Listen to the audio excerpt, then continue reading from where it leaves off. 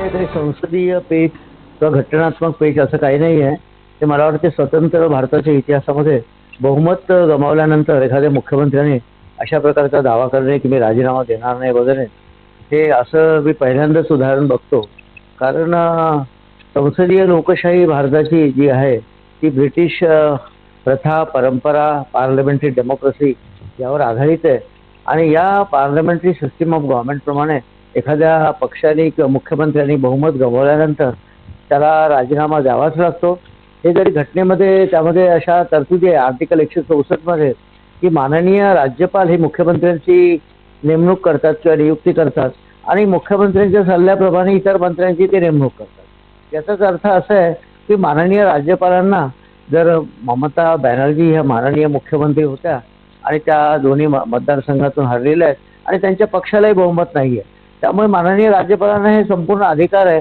ते मंत्रिमंडळ बरखास्त करतील, मुख्यमंत्र्यांना बरखास्त करतील. मला वाटते पेपरच्या न्यूजवरून असं दिसतंय की उद्या उद्या या विधानसभेची मुदत ते संपत आहे. त्यामुळे हा प्रश्न काही फारसा जटिल नाही आहे. राज्यपालांना राज्यघटनेने संपूर्ण अधिकार दिलेले आहेत आणि आर्टिकल 164 अगदी क्लिअर आहे आणि माननीय राज्यपाल त्यांना बरखास्त होईल.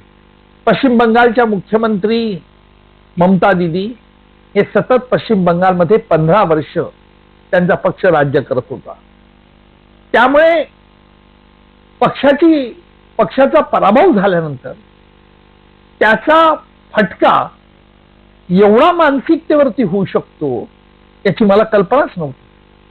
कारण मी मुख्यमंत्र्याचा राजीनामा देणार नाही, मला पराभव मान्य नाही, ही वक्तव्य काय दर्शवतात? ही वक्तव्य आपल्या कार्यकर्त्यांना, तृणमूलच्या काँग्रेस कार्यकर्त्यांना भाजप पक्षाच्या विरुद्ध प्रोत्साहित करायचंय का?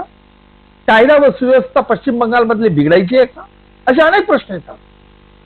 राज्यघटनेचा म्हणजे कॉन्स्टिट्यूशन अँड कॉन्स्टिट्यूशनलिझम याच्यामध्ये आम्ही फरक करतो. कॉन्स्टिट्यूशन म्हणजे लिहिलंय ते आणि कॉन्स्टिट्यूशनलिझम म्हणजे जो राज्यघटनेचा आत्मा आहे त्याच्याप्रमाणे पुढे जाणं, प्रथा परंपरा पाळणं म्हणजे कॉन्स्टिट्यूशनलिझम. तर मला व्यक्तिगत असं वाटतं की भाजपकडे सत्ता निर्विवाद जर का गेली असेल तर ममता बॅनर्जींनी त्वरित राजीनामा दिला असता तर ते योग्य ठरलं असतं.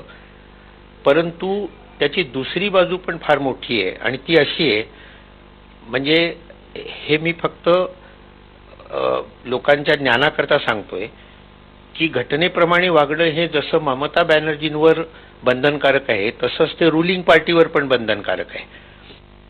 आणि